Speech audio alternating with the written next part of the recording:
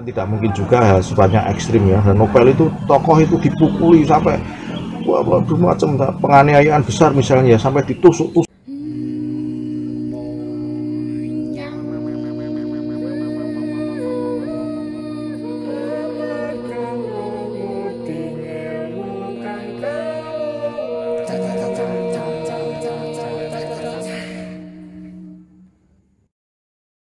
Oke, dari 3 jenis naskah itu tadi mungkin bisa diceritakan mana yang lebih sulit dan mana yang lebih mudah gitu, Pak? Iya.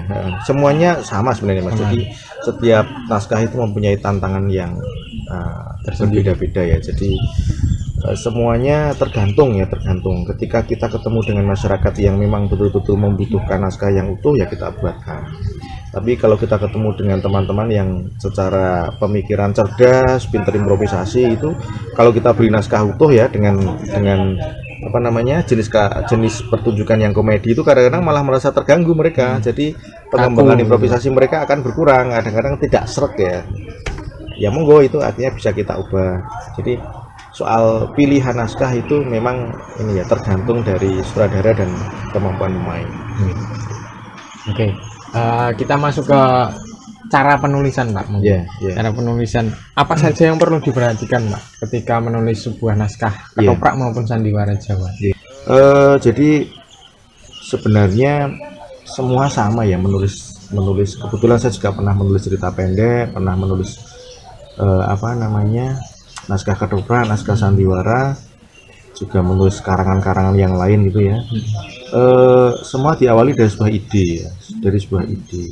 Jadi kalau kita sudah menemukan ide itu, kemudian kita akan membentuk, kalau dalam anak-anak sekolah atau kita itu membentuk kerangka karangan gitu ya. Jadi kerangka karangan dalam ketoprak pun seperti itu, ada kerangka karangannya. Misalnya kita akan bicara tentang alur ya, misalnya ini akan kita buat berapa adegan, misalnya begitu. Jadi ketika di sini sudah ada gagasan, kemudian biasanya kita berpikir adegan 1 itu apa ya yang kita tulis, mungkin pengenalan tokoh, pengenalan permasalahan misalnya. Adegan 2 apa kira-kira ya, ada konflik misalnya, mulai ada konflik. Yang ketiga apa, pelarian misalnya. Keempat ternyata dari pelarian itu muncul konflik lagi gitu. Itu nggak masalah ya, nggak masalah.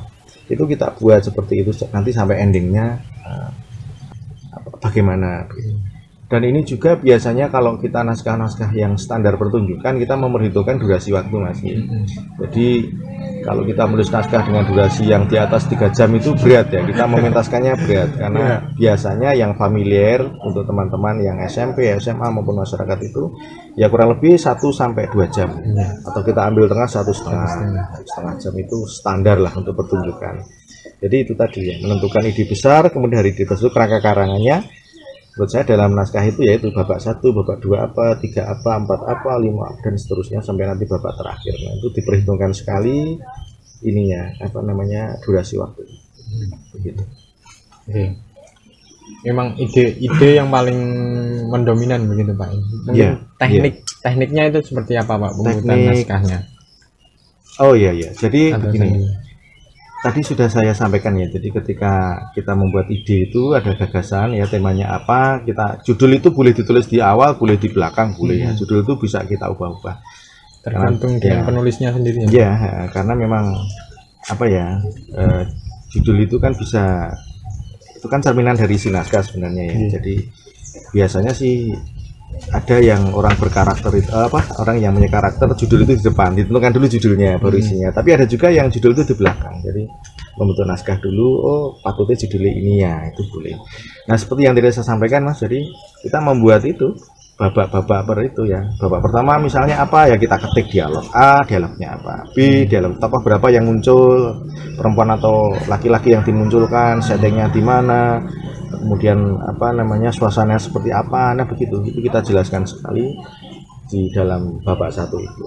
Udah selesai ya udah babak 2, begitu juga munculnya tokohnya siapa, tema atau suasana apa yang ingin dibentuk, kemudian peristiwa apa yang akan disajikan, selesai babak ketiga sampai terakhir begitu. Jadi tekniknya itu penulisan harus detail ya, Pak, dari suasana, latar, waktu, tempat. Ya betul. Jadi orang penulis naskah itu biasanya sudah membayangkan, Mas. Membayangkan. Jadi, oh ini nanti babak pertama ini neng dia ya, oh neng latar. Pemainnya kayak misalnya begitu. Jadi berbeda ya, berbeda orang yang sudah mempunyai kelompok drama dengan orang yang belum mempunyai kelompok ya. Kalau misalnya Anda di UPKD ya Mas ya, UPKD atau mungkin di Ketoprak Prodi misalnya, ketika Anda mau nulis naskah itu mungkin sudah punya bayangan dagelan iki penake Mas Khairul Anam karo apa Mas koncone sing dekat itu. Misalnya Hakim. Nah, misalnya Hakim. Dagelannya loro kuwi itu dalam benak penulis itu sudah ada. Oh nek tak loro kae ngene iki lucu iki. Ya, itu sudah ada. Itu berbeda dengan orang yang tidak punya apa namanya kelompok. Dia akan berpikirnya lebih universal ya. Artinya ini dimainkan oleh siapapun masuk gitu ya. Jadi nulis dagelannya siapa misalnya tokohnya seperti itu. Nah, begitu. Jadi memang kalau seorang penulis naskah itu pasti sudah membayangkan. Jadi ketika menulis bab pertama itu ada bayangannya, suasana seperti apa, pemainnya siapa, bahkan tokohnya ini nanti siapa, itu sudah punya bayangan. Babak kedua juga begitu, ketika begitu seterusnya sampai akhir sudah ada bayangan tersendiri dalam si penulis naskah. Makanya biasanya memang berbeda karakternya orang yang menulis naskah drama dengan orang yang menulis cerpen ataupun novel itu berbeda. Kalau novel dan cerpen kan tidak perlu mengurusi panggung ya. Tapi kalau naskah drama hari ke panggung. Jadi misalnya begini, novel itu enak banget. Jadi novel atau cerpen itu misalnya tokoh A ketika dilemparkan oleh tokoh B, dia melayang tinggi di atas langit dan di sana dia mengepakkan tangannya seperti burung. Itu enak ya kalau cerpen novel. Tapi kalau drama kan nggak mungkin.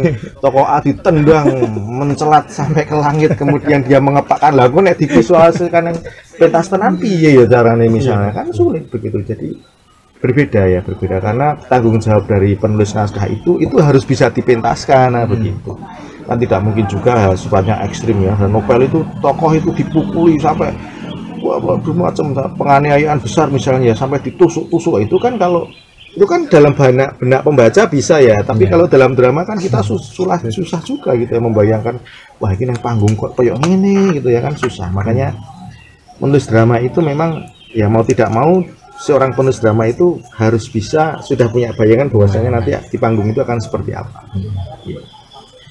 Oke, dari teknik-teknik itu mungkin bisa dijelaskan lagi Pak, proses pembuatan naskah ketoprak maupun sandiwara Jawa itu yang seperti apa, yang lebih detailnya. Mungkin kemarin kan katanya ada pra penulisan, terus proses penulisan, kemudian ada pasca penulisan. Itu secara umum seperti itu ya. Semua karangan itu karya sastra maupun karya ilmiah itu memang begitu ya. Jadi untuk prosesnya ya biasanya itu kalau tadi saya drama saya jelaskan nulis kemudian per babak 1, 2 dan sampai selesai ya. Itu ya kita baca biasanya Mas. Kita baca kemudian ada penulis yang sifatnya itu tertutup itu dia tidak mau menerima masukan dari orang lain ya. Sudahlah seperti ini dia baca, ada masukan, ada editan itu dia edit sendiri. Kemudian didandani, kemudian selesai. Ada juga yang penulis naskah sifatnya itu terbuka Mas. Dia membuka kritikan dari teman-temannya. Ini naskah saya selesai nih, tolong dibaca gitu ya. Oh ini kudune ini babak kedua jo langsung ini misalnya ini dulu ya. Peristiwa ini masuk babak ketiga saja. Oh gitu ya gitu ya. Jadi diperbaiki kemudian ya sudah selesai naskah. Itu pun belum selesai kadang-kadang Mas. Jadi menulis naskah itu tidak sampai di situ. Ada juga yang begini, naskah rampung kemudian diedit, sudah jadi naskah dipentaskan. Ketika putus naskah itu nonton pentasnya, waduh kok pas adegan ini kok gak apik ya. Adegan ini kok koyo ngene, kudune kayak mau tak kok gini wae. Dia mengedit naskahnya lagi ya. Berdasarkan dari pementasan yang sudah dilakukan pertama, edit lagi. Muncul editan yang kedua, ini naskah yang terbaru. Misalnya jadi begitu, kadang-kadang muncul naskah yang pertama seperti ini, yang kedua seperti ini, ketiga seperti ini. Itu dulu pernah dialami oleh teman saya Gusmel ya. Gusmel itu dia nulis naskah Kamit ya. Kamit itu naskah yang cukup populer di kalangan remaja. Dulu naskah pertama jadi dipentaskan di Balai Kambang itu ya, saya nonton gitu, kemudian saya kok sukar memahami ya naskah ini maksudnya bagaimana. Setelah pentas saya ketemu dengan Gusmel itu, Agus itu ya, ngobrol-ngobrol, saya beri masukan gitu. Oh iya Pak, Akhirnya dari saya edit, saya beri tambahan masukan, beberapa dialog saya serahkan lagi ke Mas Gusmel itu, kemudian direvisi, muncul naskah yang kedua. Itu berbeda, sudah berbeda dengan yang pertama. Dan Mas Gusmel termasuk penulis yang open ya, jadi beliau mau menerima masukan dari teman-teman, termasuk dari saya itu.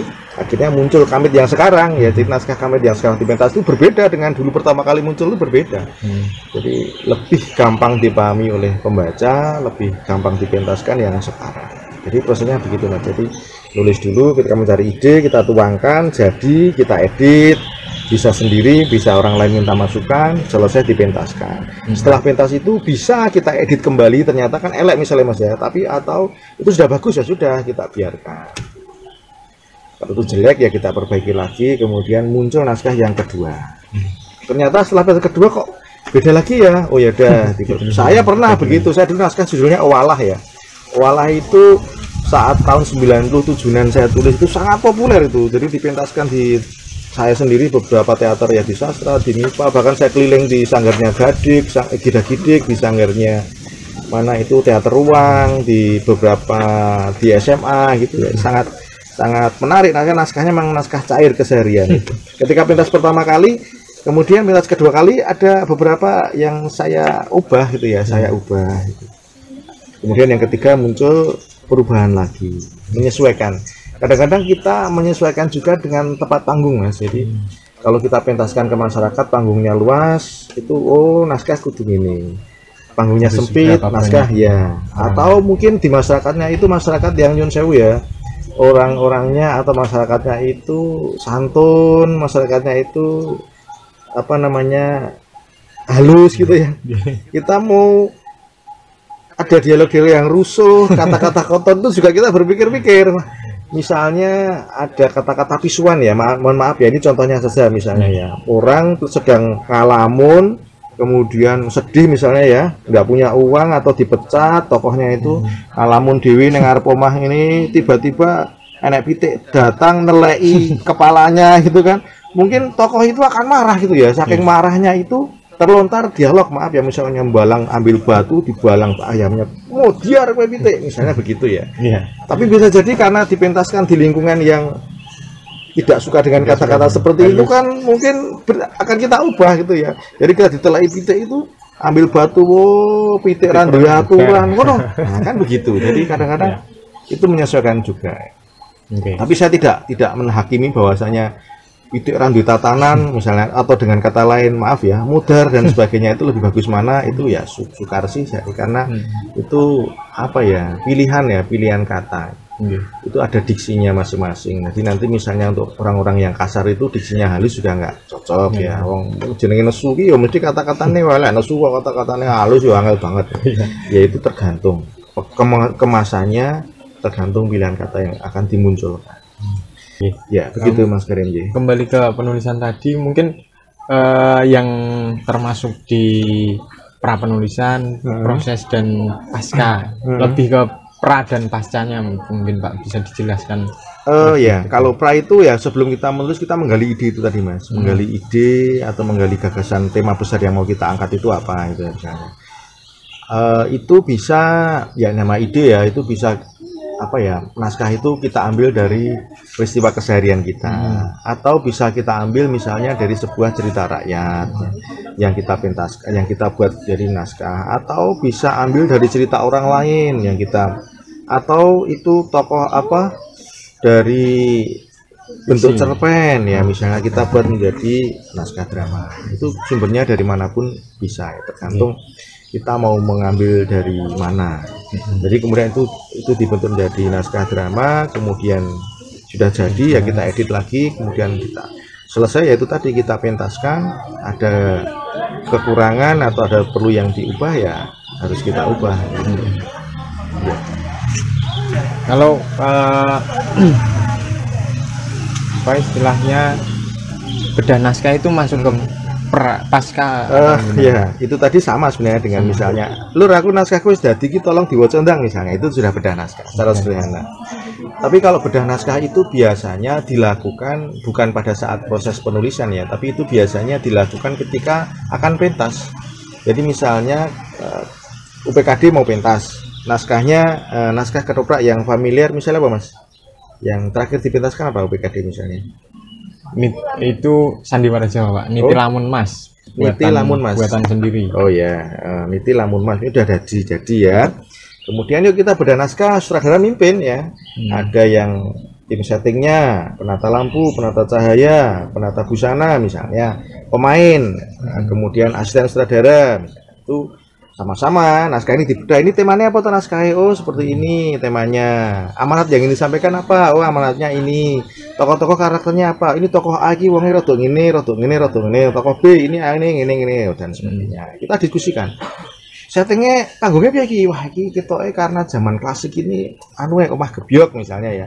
Gede-gede itu cocok. Oh ya, lampunya jenderal padang aja nggak apa-apa karena kan ini anu tidak begitu apa ya membawa suasana yang dan sebagainya. Kostumnya piye kostumnya ya ini karena zaman penjajahan ya kita nganggo kostum zaman perjuangan piye. No, itu caranya golek kuwi lho nang Google lho kayak misalnya ya. Kostum zaman perjuangan atau kita melihat foto-foto sejarah zaman dulu kan kelihatan. Ya, jangan sampai temanya perjuangan tahun 45 kostumnya saiki baju kelaminnya flanel misalnya kan cocok gitu nanti. Nah itu yang dimaksud dengan bedah naskah ya, menyamakan persepsi ini ya bedah naskah itu. Jadi ketika sudah rampung bedah naskah itu ya bergerak bersama-sama dipimpin oleh sutradara. Pemainnya kan sudah paham karaktermu ini, pemain si B karaktermu ini, si C karaktermu ini, ya ayo mulai dihafalke, mulai dibentuk karakternya ya. Penata kostumnya ini si A itu kostuming ini, si Bing ini ya sudah jadi dibentuk seperti musiknya juga adegan ini musiknya ini gitu. Dan bedah naskah itu sifatnya hanya sementara Mas. Jadi dia tidak mempunyai nilai tetap saat itu ya. Jadi melihat perkembangan setelah latihan 2 minggu, 3 minggu, oh ternyata kok anu berubah. Ada sesuatu sih kita tokoh ini kuduning ini, ya nggak apa-apa silakan ya boleh juga, boleh enggak apa. Jadi bedah naskah itu adalah pengenalan awal semua tim yang dalam pentas itu terhadap naskah. Dalam perkembangannya boleh berubah-ubah itu boleh. Jadi sesuai dengan perkembangan yang terjadi. Jadi kostumnya kok biasanya warnanya hijau kok ora cocok gitu ya, warnanya kok bisa cocok abang ini. Lah buktinya apa? Iki lho aku nemu gambar neng anu internet ini kita enak abang ini lebih cocok ya nggo perjuangan. Oh ya wes ganti abang wae misalnya. Itu boleh ya. Jadi mempunyai nilai, mempunyai sesuatu yang tidak tetap. Jadi apa ya dinamis sesuai dengan kebutuhan.